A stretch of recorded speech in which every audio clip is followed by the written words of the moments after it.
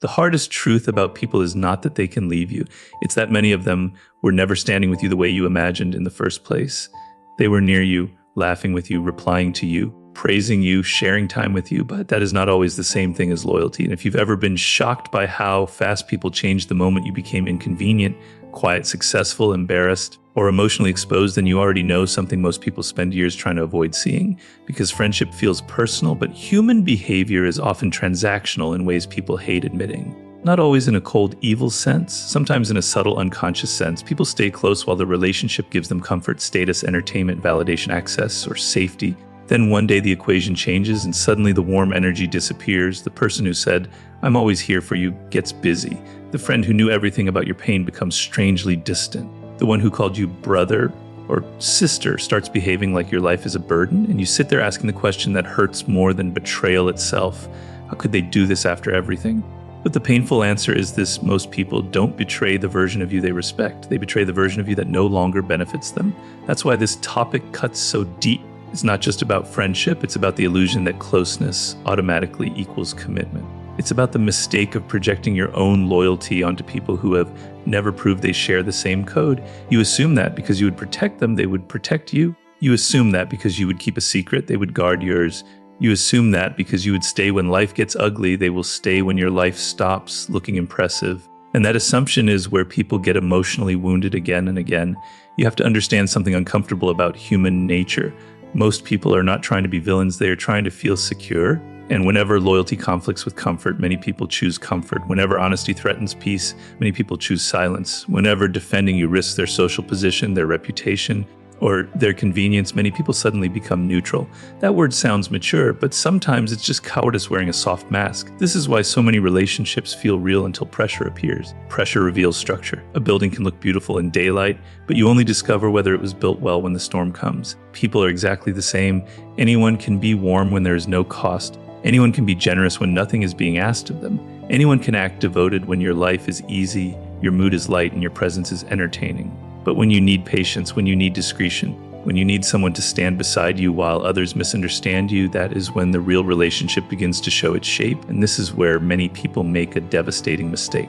They keep asking for loyalty from people who only ever offered association. Association is easy. Loyalty is rare. Association is, we talk. Loyalty is, I will not use your vulnerability against you. Association is, we've known each other a long time. Loyalty is, I will not abandon you when your life is not convenient. Association is, you can trust me. Loyalty is proven when trust would be expensive to keep. Most people never separate those things, so they overvalue proximity and undervalue proof. That's why the disappointment feels so violent. You weren't just hurt by a person, you were hurt by the story you built around them. In your mind, they'd already earned a place. They had already been elevated. You had already assigned them a role in your emotional world. And when they failed, it felt like the entire structure collapsed. But what collapsed was not only their character, it was your fantasy about what friendship means. Real friendship is not based on intensity. It's based on consistency. The loudest people are not always the most loyal. In fact, the people who speak about loyalty the most are sometimes the least trustworthy because genuine character doesn't need constant advertising. Real loyalty does not perform for attention. It doesn't need to post itself, announce itself, or dramatize itself. It shows up in small, almost invisible ways. It protects your name when you are not in the room. It doesn't turn your private struggles into public entertainment. It doesn't test your boundaries just to see what it can get away with. It does not confuse familiarity with entitlement. And yet, because we are emotional beings, we still want to believe. We want the friend who says, I got you, to actually mean it. We want the person who knows our history to also know our heart. We want at least one human being who will not leave when we are awkward, wounded, successful, angry, or not useful. That desire is not weakness, it's deeply human. But the mature version of that desire is not to demand loyalty blindly. It is to become observant enough to see who deserves your trust. That shift changes everything. Because once you stop expecting loyalty from everyone, you stop living in a state of constant emotional surprise. You stop being shocked by behavior that was always possible. You stop bleeding over people who were never built to carry your soul. You stop handing out access to your inner world just because someone made you feel seen for a moment. And you start learning the difference between being liked and being respected, between being invited and being valued, between being tolerated and being cherished. There is a reason so many people feel lonely even while surrounded by others. It's because they are living in rooms full of faces, but not full of truth. People can sit next to you for years and still never know your real self. They can celebrate your birthday, share your jokes, and take pictures with you while remaining emotionally unavailable when it matters. In modern life, this is even more dangerous because social connection is easier than ever, but depth is rarer than ever. 1,000 notifications can still leave you emotionally starved. So when someone fails you, don't just ask, why did they betray me? Ask, what did I ignore because I wanted the relationship to be real? That question is not meant to blame you. It's meant to free you, because often the warning signs were there, the jokes at your expense that you laughed off, the private details they repeated too casually, the way they vanished when you needed support, the way they enjoyed your pain a little too much when it made them feel superior, the way they were close only when your life was easy to enter. You felt the pattern, but you wanted the bond to be deeper than the pattern, and that hope is exactly what people exploit, even unintentionally. The most dangerous person in your life is not always your enemy. Sometimes it's the person who enjoys the benefits of your trust without having the character to honor it. They may not even hate you. They may simply be immature, self-centered, insecure, or opportunistic. But the effect is the same. They take more than they give. They ask for access they never earned. They want your honesty, your support, your energy, your time, your emotional labor. And when your moment comes, they become vague, unavailable, or strangely loyal to everyone except you. This is why emotional intelligence matters so much, because emotionally intelligent people do not just ask, do they like me? They ask, what do they do when it costs them something to care? They don't confuse chemistry with character. They don't confuse shared pain with shared principles. They understand that a lot of people can understand you and still not stand with you. Understanding is not the same as integrity. And still, even after all this, you should not become bitter. That's the trap. When people finally see the truth about loyalty, they sometimes swing too far and decide that everyone is fake, everyone is selfish, everyone is temporary, everyone is untrustworthy. That is not wisdom. That is pain trying to protect itself by becoming cynical. And cynicism can feel strong, but is often just wounded hope in armor. The goal is not to stop loving people. The goal is to stop romanticizing them. Marcus Aurelius understood something profound about this long before modern psychology gave us better words for it. People act according to what they believe serves their nature, their survival, and their image. That doesn't make them monsters, it makes them human. But if you understand that you no longer need to be shocked when someone chooses themselves, you can see the choice coming, you can observe it with clarity instead of collapsing into denial. And once you see clearly, you can place people in your life according to evidence, not fantasy. That is where your power begins. You don't need to hate people to protect yourself from them. You just need to stop handing out sacred access to casual minds. You need to stop expecting depth from people who have only ever been curious. You need to stop calling everyone a friend just because they are around you during a chapter of your life. Not everyone who enters your world is meant to be kept. Some people are there to teach you a lesson about discernment. Some are there to reveal your blind spots. Some are there to show you how much of your trust was based on hope rather than proof. And if you are brave enough to learn from that, you become harder to manipulate and easier to respect, because the truth is, loyalty is not something you can demand from people. It's something you observe over time. It's tested in silence and pressure and inconvenience and private choices. And once you start looking at it that way, you begin to see how many relationships were never as deep as they look. But there is an even darker truth hidden beneath that one. And once you see it, you will never look at friendship, betrayal, or trust the same way again. That darker truth is this: people rarely betray you in a vacuum. They betray you at the exact point where your vulnerability intersects with their character. Sometimes they do it because they are insecure, sometimes because they're jealous, sometimes because they are lazy, weak, frightened, or hungry for attention. And sometimes because they never truly saw you as an equal in the first place, only as a reflection that made them feel better about themselves. That is what makes betrayal so disorienting. You thought the relationship was built on affection, but in their mind it may have been built on utility.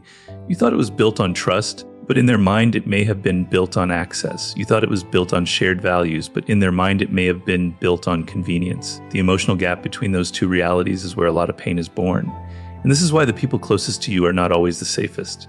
Closeness creates information. Information creates leverage. The more someone knows about your fears, your habits, your history, your weaknesses, the more damage they can do if their loyalty ever collapses. That's not paranoia. That's reality. A stranger can only insult you from the outside. A friend can destroy you from the inside. That is why trust is sacred, and why it should never be handed out because someone is familiar. Your brain is wired to take this personally because, from a neurological standpoint, social rejection activates the same regions involved in physical pain. The mind does not politely separate emotional injury from bodily injury. It registers abandonment, exclusion, and betrayal as threat. That is why a cold message can ruin your whole day. That is why being ignored by someone you cared about can feel heavier than any physical wound.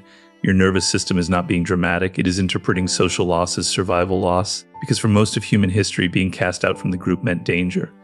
So when someone you trusted changes on you, your body often reacts before your logic catches up. You feel it in your chest, your stomach, your sleep, your appetite. You replay conversations. You search for the hidden meaning in every past interaction. You wonder if you were stupid, if you missed something, if you were ever really valued at all. And this is the part people don't talk about enough. Betrayal doesn't just make you sad. It can make you question your own judgment. It makes you suspicious of your memory. It turns your mind against itself. That is why you must learn to separate grief from interpretation. Grief says, this hurt. Interpretation says, therefore, no one can be trusted. Grief is honest. Interpretation can become a prison. Because once you let one betrayal rewrite your entire philosophy of people, you stop responding to life and start defending yourself from it. You become guarded, and while guardedness can protect you, it can also isolate you from the very connections that would have healed you.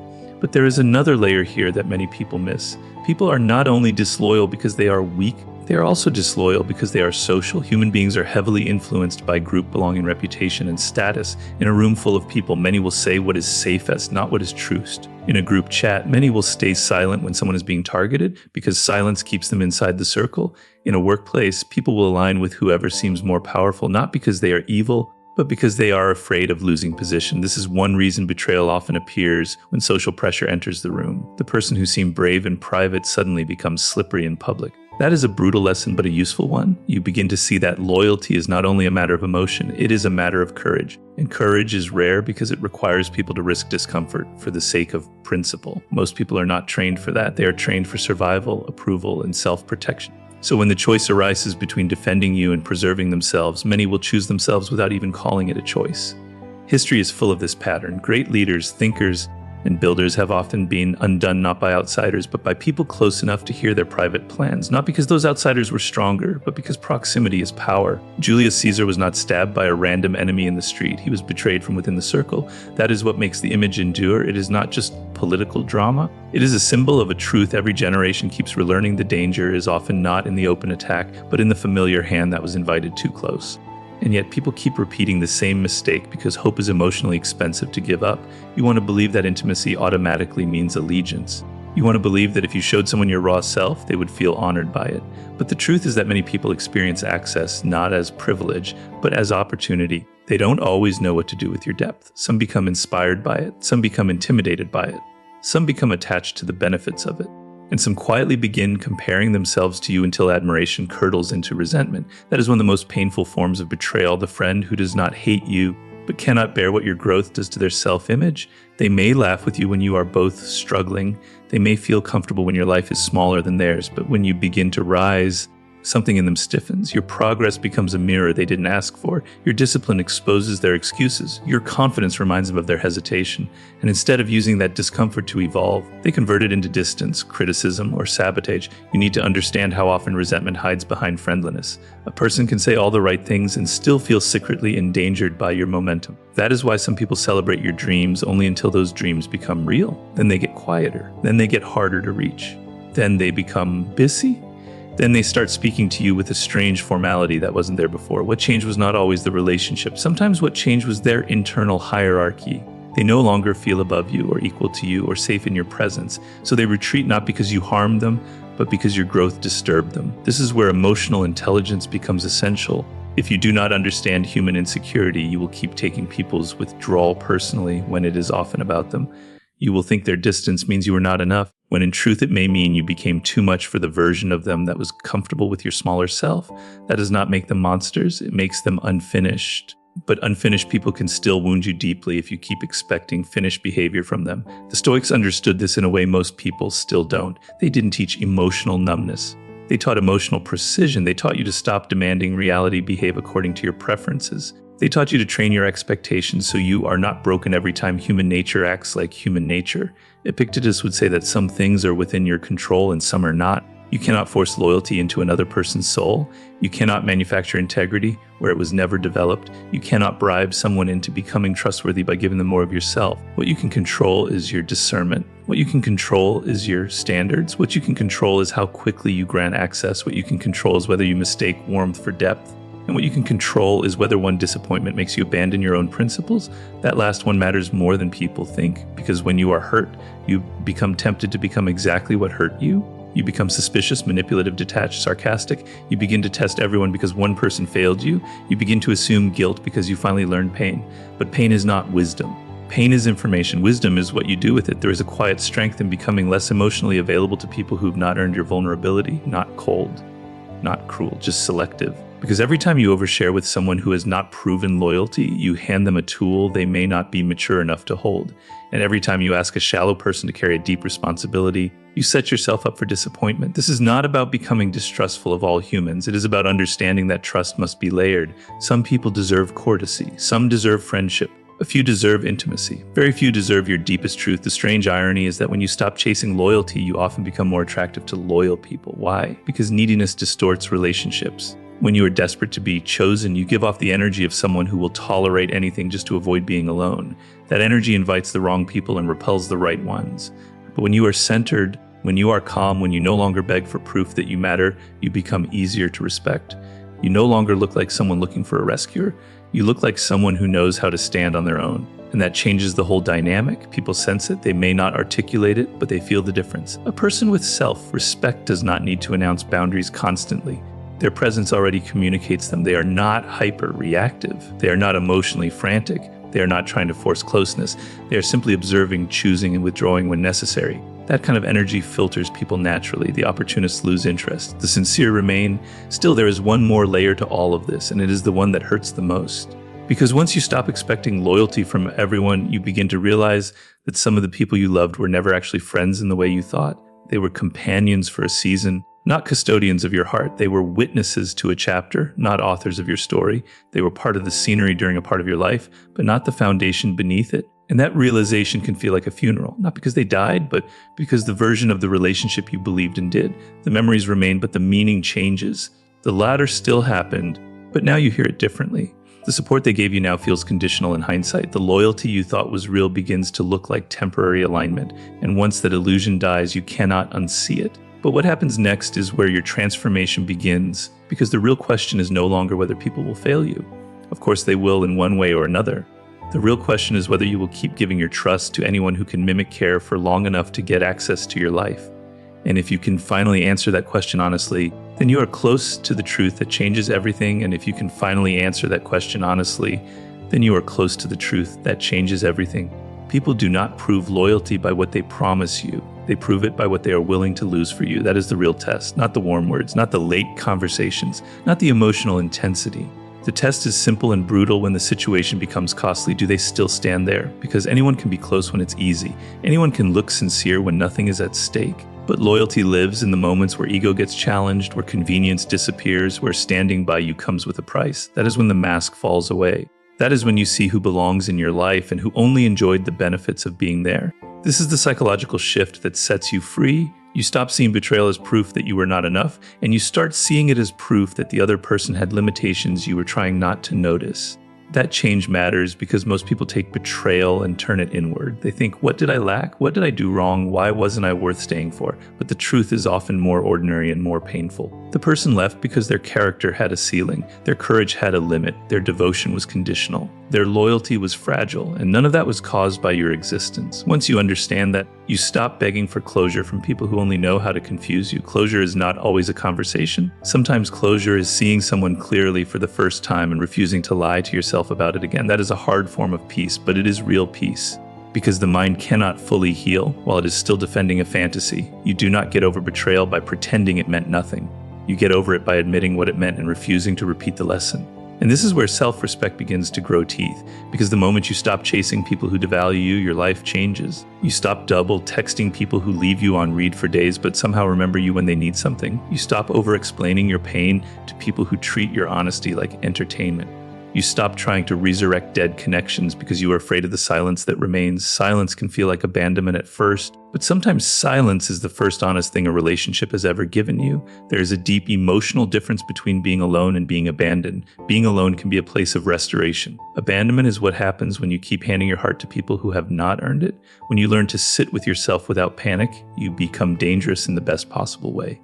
Not dangerous to others, dangerous to manipulation, dangerous to guilt, dangerous to emotional games, because a person who does not fear their own company cannot be easily controlled by the fear of losing company. That is why solitude is not the enemy. Sometimes it is the cleansing fire. It removes the noise. It reveals the truth. It shows you which relationships are real and which ones only existed because you kept feeding them energy.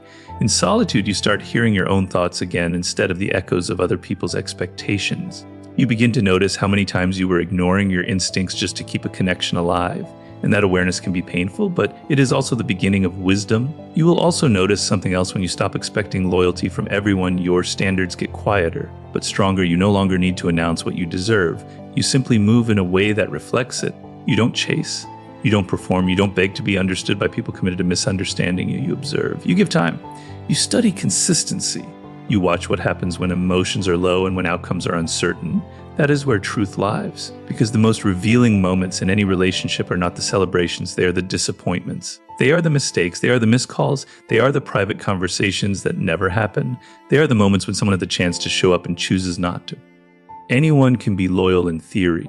A person's actual character appears in the gap between theory and behavior. There is a strange peace in accepting that only a few people will ever truly see you, and an even smaller number will ever truly stay. That does not mean life is cold, it means life is precise. You stop spreading your soul across too many people and start reserving your deepest self for those who have earned access to it. That is not arrogance. That is wisdom. If your heart is precious, then not everyone gets a key. And let's be honest, a lot of the pain people feel in friendship comes from giving deep emotional privileges to shallow emotional maturity. You gave someone the role of confidant, but they never developed the discipline required to hold what you shared. You expected understanding, but they were only interested in information. You offered trust, but they were only looking for proximity. When that happens, the pain is real, but so is the lesson. Not everyone who can listen is capable of carrying you. This is why emotional intelligence is not just about managing your feelings. It is about reading people without romanticizing them. It is about seeing patterns before they become wounds. It is about understanding that charm is not character and attention is not allegiance. The world rewards people who are easy to like, but life is built on the people who are hard to fake. You want the rare person whose behavior is consistent when nobody is watching, whose words match their actions, whose loyalty is not dependent on mood, ego, or social pressure. And if you find yourself asking whether people are ever truly loyal, the answer is yes, but not to fantasies. They are loyal to values. They are loyal to principles. They are loyal to what they respect. That means one of the deepest ways to improve your relationships is to become a person worth respecting, not in a performative sense, but in a grounded, honorable sense. Keep your word. Protect what is entrusted to you. Speak carefully. Don't gossip. Don't use people's vulnerability as currency. Be the kind of person who does not make others regret trusting you, because real friendship is not found by demanding it. It is recognized by the way it moves through pressure, and when you become that kind of person, you stop attracting users as easily. Not because the world becomes kinder, but because your energy becomes clearer. People sense when you are no longer desperate for validation. They sense when you can walk away. They sense when your peace matters more than their approval. And that changes how they treat you. There is a powerful paradox here. The more you stop expecting loyalty from everyone, the more likely you are to eventually encounter it, because you are no longer projecting fantasy onto strangers. You are no longer rushing intimacy. You are no longer confusing closeness with trust. Instead, you are creating a life where loyalty can actually be seen when it appears. You are making room for the rare people who are steady, honest, and unafraid of your full humanity. But you have to survive the emptiness before that happens. And that emptiness is not punishment, it is purification. It is the season where you learn that your identity cannot depend on being chosen by others. It has to be built on who you are when nobody is clapping, nobody is texting, nobody is validating you, and nobody is promising forever. That is the true test. Can you remain solid when the outer noise disappears? If you can, then betrayal loses its power to define you. It may still hurt. It may still leave a scar, but it no longer gets to decide your self-worth. You begin to understand that someone else's weakness does not diminish your value. Someone else's disloyalty does not erase your dignity. Someone else's departure does not prove your unlovability. It only proves that they were not capable of the depth you offered. And that may be the main psychological revelation of all. The loyalty you keep searching for in other people is often the loyalty you have not yet fully given to yourself. When you truly stop abandoning your own intuition, your own standards, your own peace, and your own voice, everything else starts to organize around that center. You become less easy to manipulate, less easy to rush, less easy to wound. Not because you are armored, but because you are aligned. So let people reveal themselves, let them speak, let them vanish, let them disappoint you, let them prove exactly what they are capable of carrying. And in the process, do not lose yourself trying to make them more than they are. There is peace in seeing people clearly. There is strength in expecting less from ego and more from evidence. And there is freedom in understanding that the most important person to remain loyal to is the one in the mirror. the one who stays when everyone else changes, the one who must live with the consequences of every trust you place. When you protect your peace, you become harder to betray. When you respect your boundaries, you become harder to use. When you value your own life enough to stop begging for a place in someone else's, you finally reclaim the power that was always yours. Not every person will be a friend. Not every smile is sincere. Not every promise survives pressure. But you do not need to become bitter to become wise. You only need to become awake. And if this message hit home, take a second to like the video, subscribe for more psychology and self-mastery content, and leave a comment telling me what part resonated with you most. Then watch the next video on the screen, because once you understand people, you start understanding yourself on a completely different level.